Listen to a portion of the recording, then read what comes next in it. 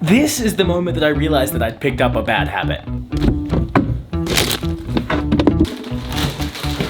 Every afternoon, I sit on this couch, I watch TV, and inevitably, this ends up happening.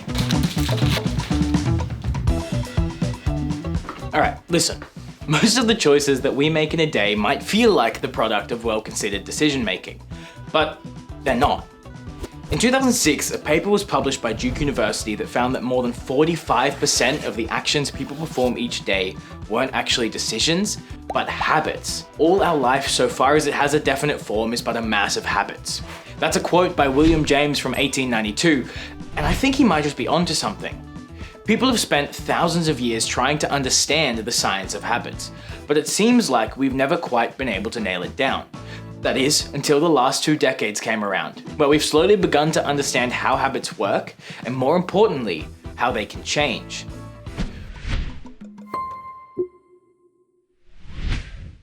We all know that at some point we made conscious decisions to do things a certain way. We decided what we'd eat for breakfast, how often to have a drink, or when we'd go exercise.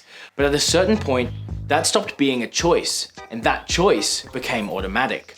It's a natural consequence of our brain's incessant desire to optimize our energy use. And that's all well and good, but what do we do if we want to change it? I mean, how do I stop myself from getting up to get a snack every time I sit down on my couch? And that's how this rabbit hole got started, and how it led me here, to Julio. This is Julio.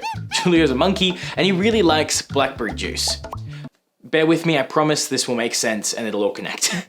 Wolfram Schultz, a neuroscientist, noticed Julio's love of blackberry juice and wanted to investigate how dopamine neurons in the brain respond to rewards. To conduct his experiment, Schultz trained Julio to associate a cue on a screen in front of him with a reward, which in this case was his beloved blackberry juice. Whenever he saw a colored shape on the screen and touched a lever beside him, he was rewarded with a drop of blackberry juice. Now, through dozens and dozens of repetitions, Julio learned that the shapes on the screen were cues for a routine that resulted in a reward.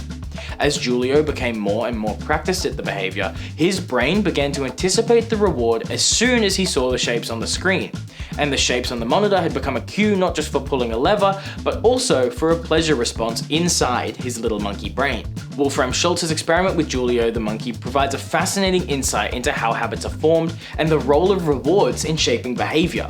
Schultz observed that the monkey's brain developed a pattern of activity associated with pleasure and reward anticipation. As Julio's habit became stronger and stronger, his brain began anticipating the reward as soon as he saw the shapes on the screen, even well before the juice arrived. Okay, so I undersold how cool that actually is. Basically, when the routine started, Julio was getting the dopamine response when he got the juice. But as the routine turned into a habit, he started getting dopamine not when he tasted the juice, but when he saw the things on the screen. How cool is that? Alright, I'll give you back to me now. Then, Schultz began adjusting the experiment by delaying or diluting the reward, or not providing it at all, and he observed a new pattern emerging: craving. When Julio anticipated the juice but didn't receive it, a neurological pattern associated with desire and frustration erupted inside his tiny little monkey skull. This craving, if left unsatisfied, drove Julio to anger or depression. This aspect of the experiment shows how habits can be difficult to change once they've become deeply ingrained in our brains, and how the expectation of reward can be a powerful motivator in shaping our behavior. Okay, that's all really cool and interesting science jargon, but what does this have to do with changing my snacking habit? Well, let me answer that question by talking about another completely unrelated topic. This is the book I read a month ago that sparked this whole descent into Julio-based madness. In his book, The Power of Habit, Charles Duhigg explores the nature of habits, how they're formed, and how they can be changed. The central premise of the book is that habits are an essential part of our lives, and they play a critical role in shaping our behavior. According to Duhigg, habits are made up of 3 essential components: the cue, the routine, and the reward. The cue is a trigger that prompts us to take action, the routine is the actual behavior that we engage in once the cue prompts us to act, and the reward is the positive outcome that we receive as a result of completing the routine. Duhigg argues that by understanding these 3 elements of habit formation, we can begin to identify and change our own habits.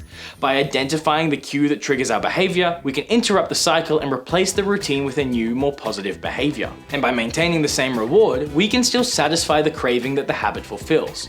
Alright, let's get back to Julio. In his experiment, Schultz inadvertently uncovered a really interesting pattern.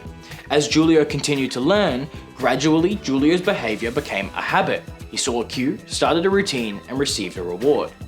With the knowledge that we now have about how habits are formed and what they're made up of, we can see that I'm not actually craving the snacks themselves, but the reward. I've created a habit loop for myself where my cue is sitting down on the couch, my routine is eating snacks, and my reward is the dopamine spike that I get from the sugary food. And that is exactly how new habits are created, by putting together a cue, routine, and reward, and then cultivating a craving that drives that loop. So now, I need to break that loop. And here's how I'm going to do that. First, I need to find out what my cue is. Basically, why am I getting the urge to get snacks whenever I'm sitting on the couch? Then I need to change the routine to something better for me and make sure that my brain is still receiving the same reward, i.e. the dopamine or distraction. Step 1 is figuring out that cue. Now, research has shown that almost all habitual cues fit into one of 5 categories: location, time, emotional state, other people in the near vicinity, and the action immediately preceding the routine. After a few days of tracking these categories, here's what I found out about myself. Almost every day, my habit was triggered while I was sitting on the couch around 3:30 p.m., 4 p.m, while I was watching TV, there was no one else there, and the action immediately preceding the routine was a lack or loss of interest in whatever I was watching. So right now, my cycle looks like this.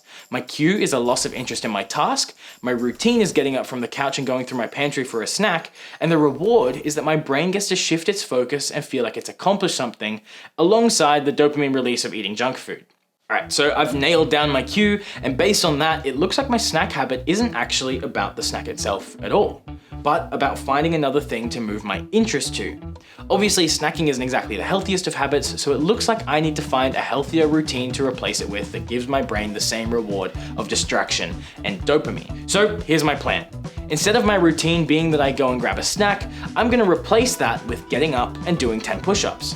Now, not enough that it gets boring, but enough that I can distract my brain for long enough to resume interest in whatever I was doing before and get that little spike in dopamine that you get when you exercise. So I've been doing the push-ups thing for like a week now, and I can already tell that my brain is rewiring itself. It's no longer thinking that when it's bored, it needs to eat. It's now thinking that when it's bored, it needs to exercise. Pretty cool, but it doesn't always work. Now, this is simultaneously the easiest and hardest part of the whole experiment. I have all the science backing me up and I know it's working, but I'm still running into the one thing that stops all of us as human beings at every single turn. A lack of motivation. 9 out of 10 times replacing the habit goes completely fine. I recognize the cue, I get up and do my push-ups, and I get back to whatever it is I was doing beforehand. But that 1 out of every 10 inevitably pops up where I just cannot be bothered to put in the effort to fix my habit. I want nothing more than to open the pantry, crush the closest sugar-filled processed garbage, and inevitably spoil my own appetite for dinner. But here's the part where the discipline has to come in. It's not enough to simply decide that you want to change your behavior. You have to actively work to rewire the patterns that have been established in your brain. William James, a philosopher, historian, and psychologist from the 1800s, who you may remember I mentioned at the start of this movie, had a unique perspective on habit formation. Water hollows out for itself a channel, which grows broader and deeper, and after having ceased to flow, it resumes, when it flows again, the path traced by itself before.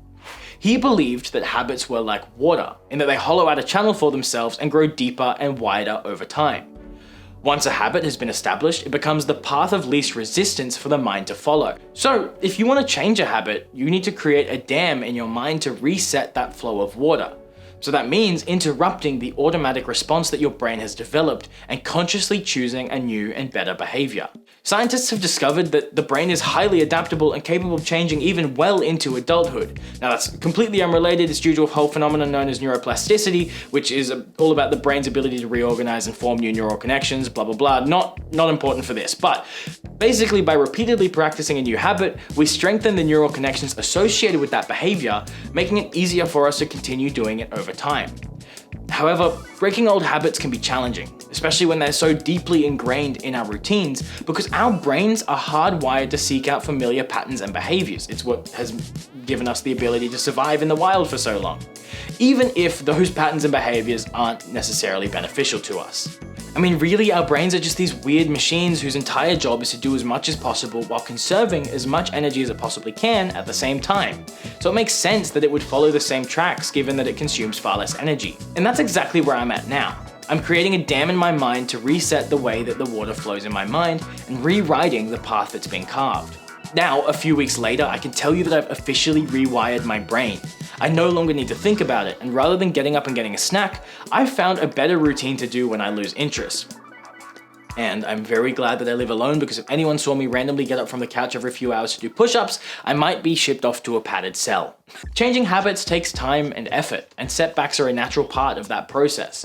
But with persistence and patience, and through the power of science, it is absolutely possible to create lasting change and improve our lives for the better. Even if I do wish that I was still crushing 250 grams blocks of chocolate. That's it. That's the end of my little habit journey and my special interest of this week. Make sure that if you liked it, that you check out my Patreon. I work really hard on these movies and it's just me. I don't have a team, there's no animators. I animate, edit, and write all of these movies completely by myself, so your support means the world. And if you subscribe to the Patreon, not only will you get a bunch of really cool stuff like my scripts with annotations on them, you'll also get your name right here at the end of every single movie. How cool is that? If you can't afford Patreon, that's fine. Just make sure that you like, subscribe, and share this movie with someone else. That's it, and I'll see you next week for the next movie.